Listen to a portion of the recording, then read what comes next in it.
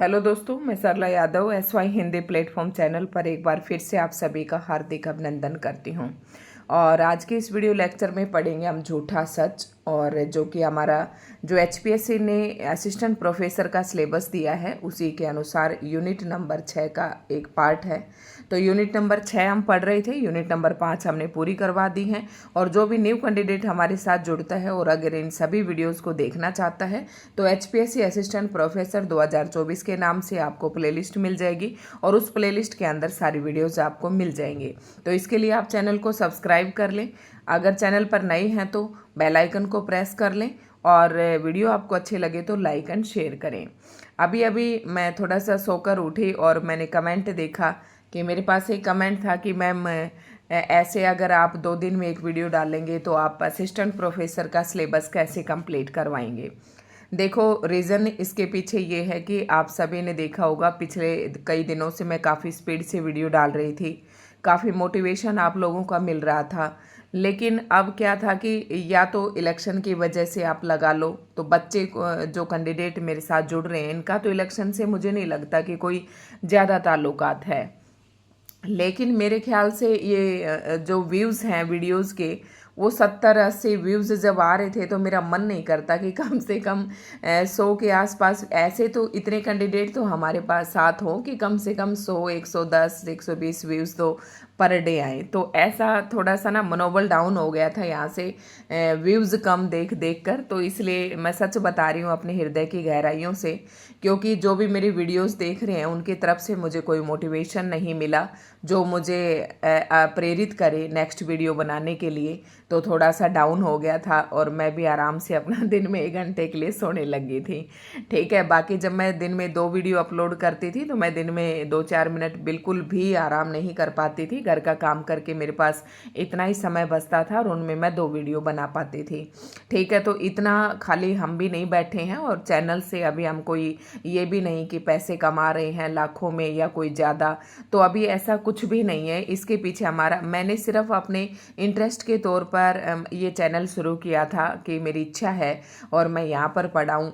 तो हिंदी के अगर मैं देखूँ तो जैसे कि मैं जब खुद पढ़ती थी तो मैं देखती थी यूट्यूब पर मुझे अच्छा कंटेंट नहीं मिलता था या फिर कोई ढंग से समझाने वाला नहीं मिलता था। तो मैंने सोचा कि क्यों ना मैं यहाँ पर ट्राई करती हूँ और काफ़ी अच्छा रिस्पॉन्स मुझे मिला। लेकिन अब 5-6 दिन से ना 60-70 व्यूज़ जब वीडियो के आते हैं तो सच बता रही हूँ मेरा वीडियोज़ रिकॉर्ड करने का मन नहीं करता।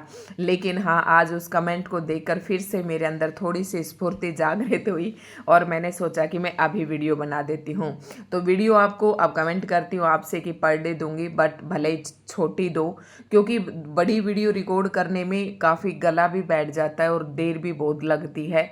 और फिर व्यूज़ आए वही 50-60 तो फिर थोड़ा सा ना डिमोरलाइज हम होते हैं। ठीक है, शुरुआत फिर आज से फिर से मैं वीडियो डालनी शुरू करूँगी। काफ़ी मुझे प्रेरित किया उस कमेंट ने कि कोई तो है जो मेरी वीडियो का इंतज़ार करता है।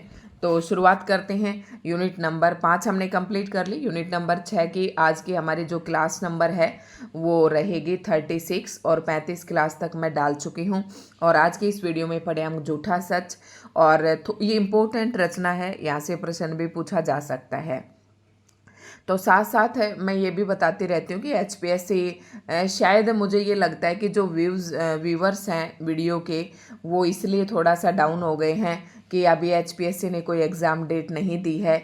लेकिन मैं बता देती हूँ कि असली रेस का घोड़ा वही है, वही एग्ज़ाम को क्वालिफाई कर पाएगा जो समय से पहले अपनी तैयारी को कंटिन्यू रखता है। अब देखो, मेरे को थोड़ी ना एग्ज़ाम देना, लेकिन मैं कितने समय पहले, चाहे आपकी डेट अनाउंस हुई हो या ना हुई हो, तब से मैंने रणनीति बनाकर और सिलेबस के अनुसार वीडियोस डालनी शुरू कर रखी हैं। लेकिन कैंडिडेट हैं कि थोड़ा लग गया है कि सो गए हैं बीच में, तो भाई ऐसा कुछ नहीं है। डेट एग्ज़ाम की आए तो कभी भी आ जाए। आज का फंडा और है, उसके बाद फिर आपको पता चल जाएगा कि री-एड होती है या भर्ती की प्रक्रिया चालू होती है। जो कुछ भी होता है उसके बाद आप सबको पता चल जाएगा। आज इलेक्शन का डे है, इसके बाद आप सभी को पता चल जाएगा। शुरुआत करते हैं आज की इस वीडियो की झूठा सच। तो सबसे पहले जो झूठा सच उपन्यास है ये यशपाल जी ने लिखा। और अगर ये सब बातें मेरी ये बातें सुनने का अगर कोई आदी नहीं है जिसको इरिटेट करती हूँ तो इन सब बातों को आप स्किप कर सकते हैं। ठीक है। झूठा सच, झूठा सच क्या है हिंदी की विधा की दृष्टि से देखें तो ये एक उपन्यास है। इस तरीके के प्रश्न पूछ लेती है एचपीएससी। ठीक है। झूठा सच उपन्यास के लेखक कौन है? यशपाल जी हैं। ठीक है। इसकी पृष्ठभूमि थोड़ी देखते हैं कि क्या कुछ है। झूठा सच, झूठा भी है, सच। ठीक है। झूठा सच उपन्यास विभाजन की त्रासदी का चित्रण करता है। झूठा सच उपन्यास ये क्या है इसमें कि उपन्यास विभाजन, विभाजन क्या हुआ था? हमारा देश, भारत देश का विभाजन हुआ था, जो भारत और पाकिस्तान में विभाजित हुआ। तो उस समय की त्रासदी का चित्रण करता है और त्रासदी का अंत होता है कि एक ऐसी घटना जिसका अंत बहुत ही दुखांत हो। ठीक है। जिसका अंत दुखांत होता है उसे हम त्रासदी कहते हैं, या किसी के जीवन में ऐसी एक अप्रिय घटना का घटित होना, उसे भी हम त्रासदी कह सकते हैं। ठीक है। तो झूठा सच उपन्यास विभाजन की त्रासदी का चित्रण करता है। मानवीय जीवन की त्रासदी का प्रत्यक्ष दर्शन है, मतलब मानव के जीवन में घटित होने वाली उन अप्रिय घटनाओं का भी प्रत्यक्ष दर्शन इस उपन्यास में आपको देखने को मिलते हैं। तो अब समझ गए होंगे त्रासदी का अर्थ। और विभाजन से मतलब भारत पाक विभाजन।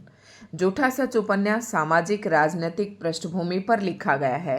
अब आपसे पेपर में पूछ ले कि यशपाल द्वारा रचित झूठा सच उपन्यास जो है ये इसकी पृष्ठभूमि क्या है, तो सामाजिक राजनीतिक पृष्ठभूमि पर लिखा गया ये एक उपन्यास है। ठीक है। मतलब समाज के बारे में और राजनीति के बारे में लिखा गया उपन्यास है। उपन्यास में यशपाल ने सन 1942 से 1957 ईस्वी तक, अर्थात देश विभाजन से पहले और उसके बाद के उतार चढ़ाव को दिखाया है। मतलब जब हमारा देश 15 अगस्त 1947 को आज़ाद होता है तो उससे 5 साल पहले और उसके बाद के भी 10 सालों तक का जो विवरण है वो सारा इस उपन्यास के अंतर्गत, यानी कि भारत देश के अंदर, भारत के देश के अंदर समाज में और राजनीति के अंदर जो कुछ भी उतार चढ़ाव हो रहा था उस सब को इस उपन्यास के अंदर दिखाया है।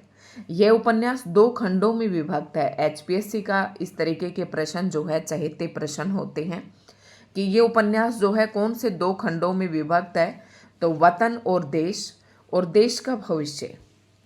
वतन और देश का भविष्य ये 2 खंडों में विभक्त है।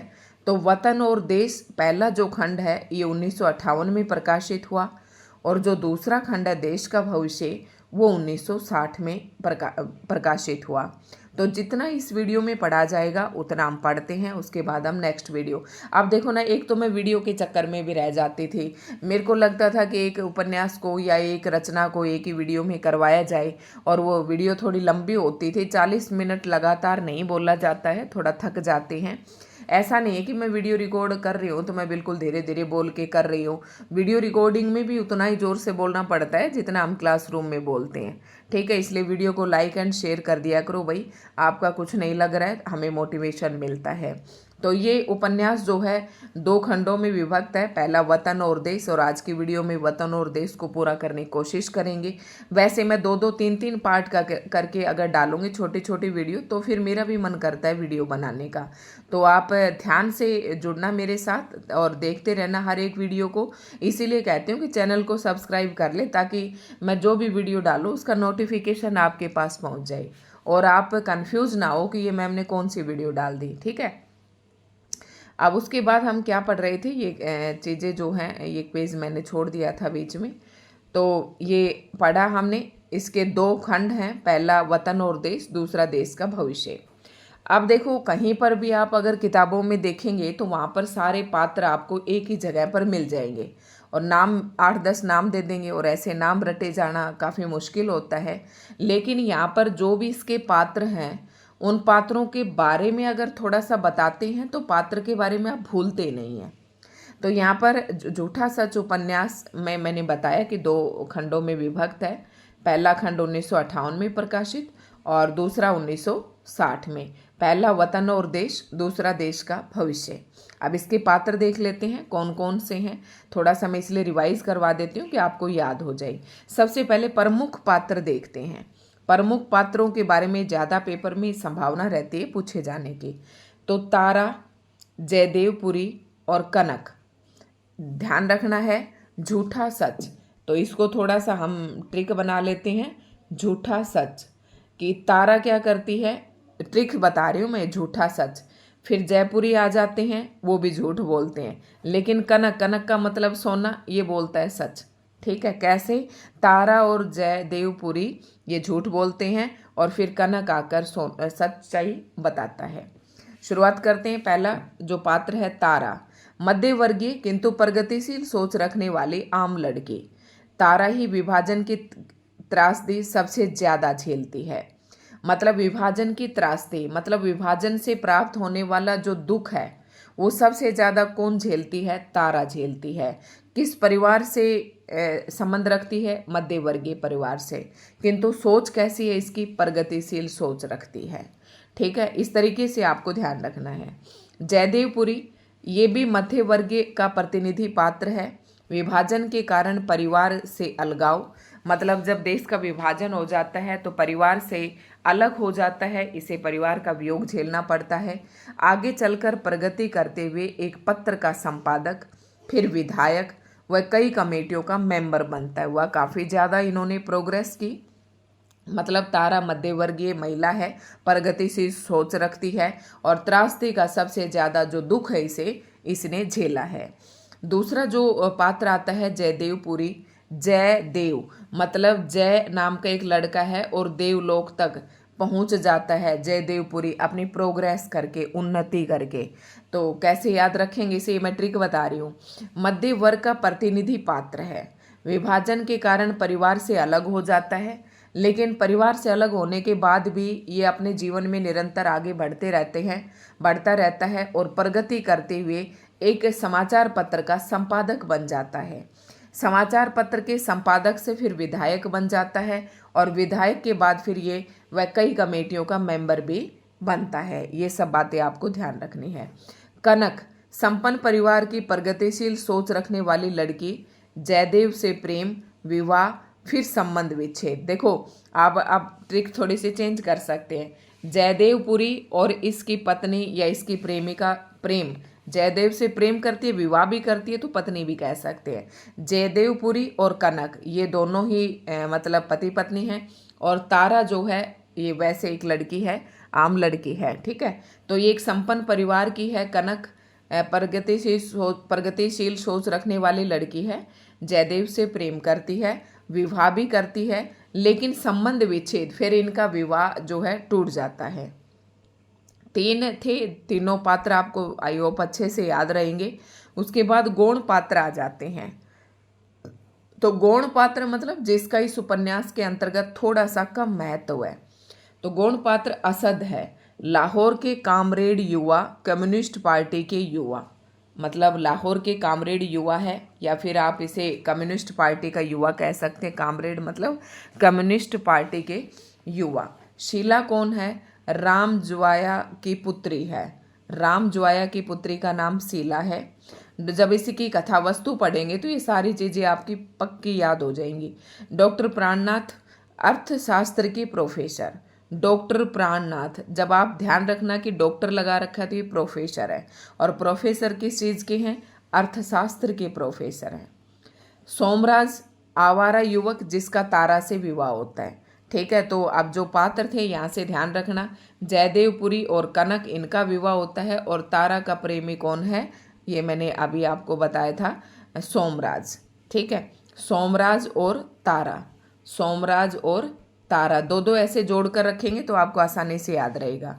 पंडित गिरधारी लाल कौन है? नया हिंद पब्लिकेशन के मालिक, कनक के पिता। वाओ, जो कनक लड़की थी जो जयदेवपुरी से प्रेम करती थी, विवाह भी किया, उसके पिता हैं और नया हिंद पब्लिकेशन के मालिक हैं।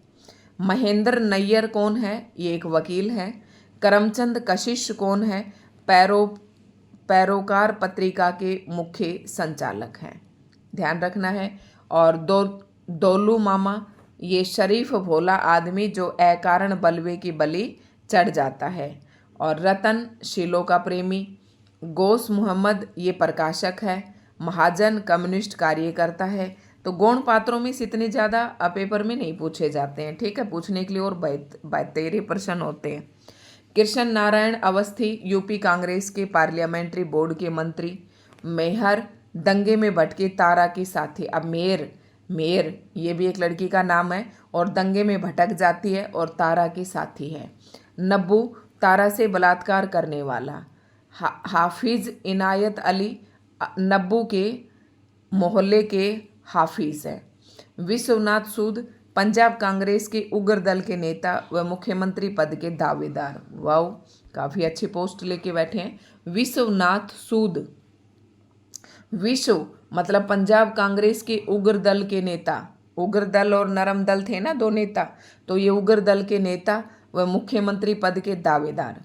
उर्मिला पुरी की पूर्व शिष्या, पुरी की तरफ आकर्षण। ठीक है। बंती तारा को विभाजन के दौरान मिली संगिनी। तो दो तीन नाम तो मेर, तारा, बंती, ये तो आपको ऐसे ही याद हो जाएंगी। कनक। ठीक है। तारा को विभाजन के दौरान मिली संगिनी।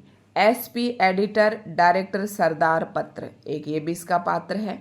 प्रसाद कौन है? कांग्रेस के नेता हैं। और अग्रवाल साहब है दिल्ली का बड़ा व्यापारी, तारा को मानने वाला।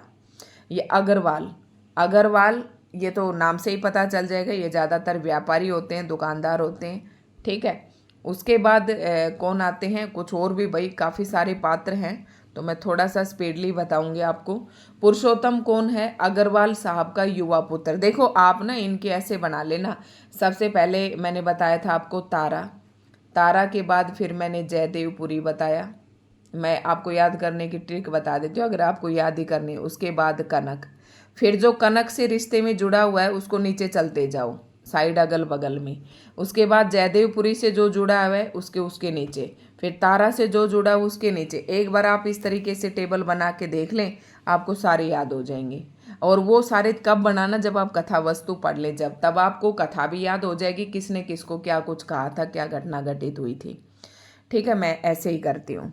नरोत्तम मिस्टर अग्रवाल साहब का युवा पुत्र है। मिस्टर रावत सचिव है गृह मंत्रालय में। पीएस गिल विभाजन का दंश झेल चुका युवा। निरंजन चड्डा मर्सी का प्रेमी। माथुर पुराना दोस्त। तो ये सब आप देख लेना भाई, ऐसे तो दुनिया भर के हैं। जया पुरी और कनक की बच्ची, ध्यान से देखना, जयदेव पुरी और कनक थे ना दोनों, इनकी बच्ची। तो यही तो मैंने कहा, ऐसे जोड़ लेना, फिर नीचे नीचे, फिर इनकी बच्ची, ये इसकी माँ, इसके पिता, ऐसे आपको याद हो जाएंगे। सीता कौन है? तारा के मोहल्ले की लड़की। तो तारा से जुड़ी हुई सारी फीमेल ये करेक्टर है। पूरण देवी कौन है? सीता की माँ है। और डॉक्टर श्यामा डॉक्टर और कांग्रेस की बड़ी लीडर है। ये इंपॉर्टेंट रोल है। डॉक्टर श्यामा डॉक्टर और कांग्रेस की बड़ी लीडर है। ठीक है। अब हम पढ़ते हैं इसकी कथा वस्तु कि इसकी कथा में क्या कुछ दिया गया है। झूठा सच यशपाल का एक महत्वपूर्ण उपन्यास है। अपनी प्रकृति में ये एक महाकाव्यात्मक उपन्यास है जो भारत के विभाजन की पृष्ठभूमि पर लिखा गया है। ये सब बातों पर चर्चा कर चुके थे शुरू में ही। पहले खंड वतन और देश का प्रकाशित हुआ था 1958 में विभाजन के वास्तविक कारणों, विभाजन के समय की दर्दनाक स्थितियों तथा विस्थापित कौन होता है? जिसने पाकिस्तान से जगह छोड़कर वो भारत में आ गए और भारत से पाकिस्तान में चले गए, तो इसे विस्थापित बोलते हैं। तो पहले जो खंड है वतन और देश, तो देश हम लोग बोलते हैं और वतन आप पाकिस्तान वाले लोग आप ऐसे ले सकते हैं, वो वतन बोलते हैं। ठीक है। पहले खंड में वतन और देश में विभाजन के वास्तविक कारणों कि विभाजन किस कारण से हुआ, विभाजन के समय जब विभाजन हुआ तो कौन से दर्दनाक स्थितियां पैदा हुई तथा विस्थापित एवं शरणार्थियों की समस्याओं को प्रस्तुत किया गया है। तो जो पहला खंड है इसमें विभाजन के वास्तविक कारण बताए गए हैं। विभाजन के कारण देश के अंदर कैसी परिस्थितियां थी उन सबको दिखाया गया है। और उसके बाद विभाजन जब हुआ तो इधर उधर से जो लोग, इधर के लोग उधर गए, उधर के लोग इधर गए, तो उनको किस किन समस्याओं का सामना किया गया, ये सब जो है पहले खंड के अंतर्गत बताया गया है। तो आगे और देख लेते हैं। तारा जैसे चरित्रों के माध्यम से बताया गया है कि विभाजन के समय महिलाओं की दुर्दशा का आलम क्या था। देखो, तारा को ही इसमें हमने शुरू में ही पढ़ा था, जब तारा का पात्र पढ़ा था हमने, कि तारा एक ऐसी महिला पात्र है जिसने इस त्रासदी को सबसे ज़्यादा झेला है। तो इसके माध्यम से यहाँ पर उनके चरित्र के माध्यम से यहाँ बताने की कोशिश की है यशपाल जी ने कि विभाजन के समय महिलाओं की दुर्दशा का आलम क्या था।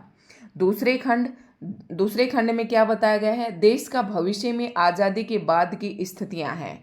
मतलब देश का भविष्य, तो ये इसके नाम से ही पता चल रहा है कि इसने यशपाल जी ने देखा कि जब हमारे देश का विभाजन हुआ तब किस प्रकार की स्थितियां थी, कितना बुरा हाल था। ठीक है, तो हमारे उन सब बातों को सोचकर ये सोचते हैं कि अब हमारे देश का भविष्य क्या होगा, और इसके ऊपर इन्होंने एक रचना लिखी। तो इसके अंतर्गत है देश के भविष्य के बारे में, आज़ादी के बाद हमारे देश का क्या भविष्य है। ठीक है, जिसमें एक और कुछ बुद्धिजीवियों व नेताओं की प्रगतिशील भूमिका का चित्रण है। आपने देखे होंगे कि जैसे ही हमने पात्र पढ़े थे तो काफ़ी नेताओं का और बुद्धिमान जैसे डॉक्टर हैं, काफ़ी लोगों का जिक्र यहाँ पर आया है, और वो ऐसे लोग हैं जो प्रगतिशील है, जो देश की प्रगति चाहते हैं, उनकी भूमिकाओं का चित्रण है। तो दूसरी ओर सूद मतलब जो ब्याज लेते हैं, सोमराज जैसे उन तत्वों की भी चर्चा है जो राजनीति और पत्रकारिता को शुद्ध व्यवसाय बनाकर भ्रष्टाचार व बेईमानी के माध्यम से समाज को लूटने में लगे हैं। देखो क्या बताया है, इसमें दोनों तरीके के पात्र बताए हैं कि कुछ एक पात्र ऐसे हैं जो देश को लूटने में लग रहे हैं, ठीक है, और सामने से वो ईमानदार बने हुए हैं लेकिन पीठ पीछे वो बेईमानी करते हैं। और कुछ एक पात्र ऐसे भी हैं इस उपन्यास के अंदर जो बुद्धिजीवी हैं और प्रगतिशील हैं।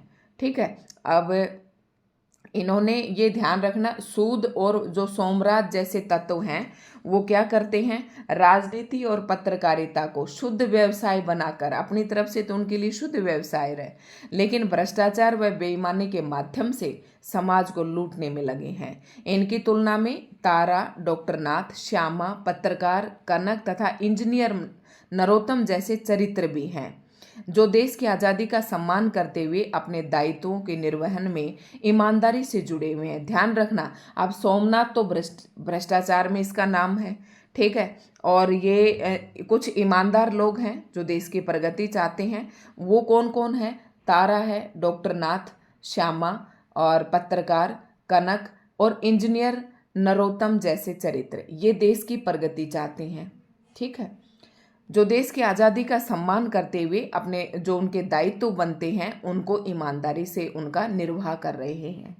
विभाजन के पूर्व मध्ययुगीन जीवन, मैं कह रहा कि जब हमारे देश का विभाजन नहीं हुआ था उस समय विभाजन से पूर्व मध्ययुगीन जीवन, वहाँ के जन समाज का मानसिक गठन, राजनीतिकों के दावपेच, सांप्रदायिक स्वार्थों के कारण हिंदू मुसलमानों के बीच बढ़ती खाई, देश का विभाजन, सांप्रदायिक दंगे, लूट खसोट, रक्तपात, लाखों व्यक्तियों का विस्थापन होना, उनकी जिजीविषा और संघर्ष, कांग्रेस का शासन, स्वतंत्रता प्राप्ति के बाद का सामाजिक जीवन, विविध क्षेत्रों में चलने वाली धांधली, उच्च वर्ग की स्वार्थपरता, मध्यम वर्ग की कुंठा, निम्न वर्ग की निराशा, जनता की जागरूकता आदि सब कुछ झूठा सच में साकार हो गया है।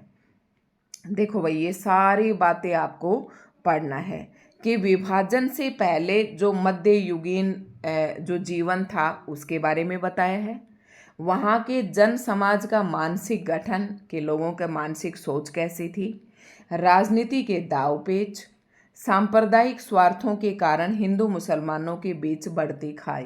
सांप्रदायिक दंगे होते हैं जो धर्म के नाम पर भड़काए जाते हैं लोगों को, तो सांप्रदायिक स्वार्थों के कारण हिंदू मुसलमानों के बीच में बढ़ती हुई खाई।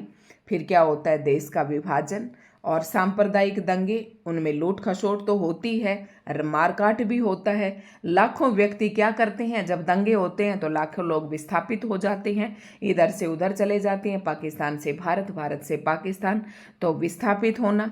उनकी जिजीविषा मतलब वो ये सोचते हैं कि किस हाल में जिए, हम इधर जिए उधर जिए, कैसे जिए, जीना उनके लिए मुश्किल हो रहा है।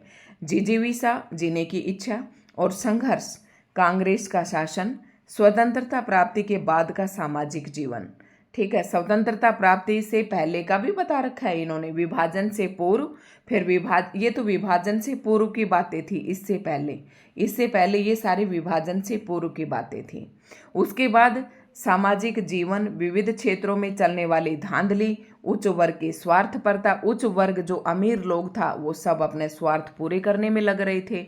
मध्य वर्ग की कुंठा, मध्य वर्ग को समाज से कुछ कम ही लेना देना होता है, क्योंकि मध्य वर्ग वाला एक ऐसा इंसान होता है जो अपने बारे में ही सोचता रहता है, उसके पास इतना ज़्यादा समय नहीं रहता है। निम्न वर्ग की निराशा, अब निम्न वर्ग जो है उच्च वर्ग पर आस लगाई बैठा रहता है कि कोई हमारे भी सुनेगा, कोई किसी प्रकार की क्रांति होगी और उन्हें भी फायदा होगा। तो निम्न वर्ग की निराशा, जनता की जागरूकता आदि, ये सब कुछ झूठा सच में साकार हो गया है। मतलब नाम तो झूठा सच है, लेकिन ये सारी बातें साकार हो गई हैं। झूठा सच में यशपाल देश विभाजन के लिए मूल रूप से अंग्रेजों को उत्तरदायी ठहराता है। झूठा सच जो उपन्यास है, इसमें यशपाल जी ने देश के बंटवारे के लिए प्रमुख रूप से अंग्रेजों को जिम्मेदार बताया। उनके अनुसार अंग्रेजों ने ही अपनी सत्ता के लिए हिंदू मुसलमानों में फूट डाली। झूठा सच में यशपाल ने देश विभाजन को आर्थिक संदर्भों में भी देखा। मतलब ये तो सारी बातें देश और समाज के बारे में कर रहे थे हम अभी, लेकिन झूठा सच जो ये उपन्यास है, यशपाल जी ने बताया कि देश विभाजन को आर्थिक संदर्भों में भी देखा जा सकता है। ये नहीं कि हमारी आर्थिक स्थिति, हमारी अर्थव्यवस्था, हमारा व्यापार, हमारा लेन देन, उसके ऊपर इन चीज़ों का कोई असर नहीं पड़ा, ऐसा नहीं हो सकता। यशपाल जी कह रहे हैं कि हमारी आर्थिक स्थिति पर भी विभाजन का काफ़ी असर देखने को मिला। लेखक की दृष्टि में ये पहलू सर्वाधिक महत्वपूर्ण है। देश विभाजन के मूल में आर्थिक कारणों की खोज करते हुए वे इस निष्कर्ष पर पहुंचते हैं।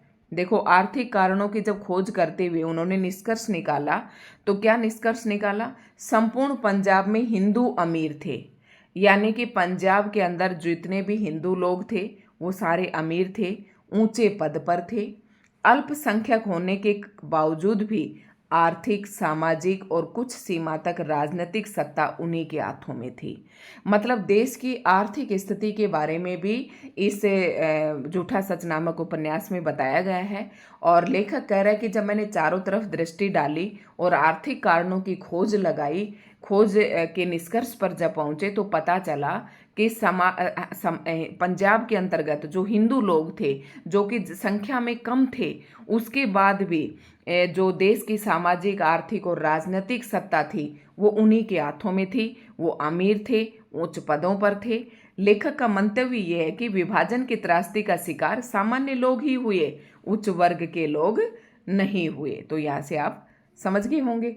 उसके बाद आता है, अब वीडियो देख लेती हूँ, 27 मिनट की हो गई है भाई। अब जो प्रमुख उद्धरण है ना, ये हम कल की क्लास में मैं पक्का डाल दूंगी और पढ़ाऊंगी, क्योंकि इम्पोर्टेंट है, ये सारे हम पढ़ेंगे, ठीक है। और उसके बाद प्रमुख उद्धरण और जो उसमें देश का भविष्य के बारे में भी इन्होंने कुछ बताया है। तो आगे जितना कुछ भी इसमें होगा वो मैं नेक्स्ट वीडियो में डाल दूंगी, और आवश्यकता पड़ी तो तीसरी वीडियो भी बना दूंगी। तो दोस्तों, आज की वीडियो में इतना ही था। बने रहे नेक्स्ट वीडियो के लिए, और आती रहेंगी लगातार आपके लिए एक के बाद एक वीडियो। लेकिन आप सब भी अपना फर्ज पूरा करते रहें, वीडियो को लाइक एंड शेयर करें, कमेंट करके बताएं, ठीक है। धन्यवाद।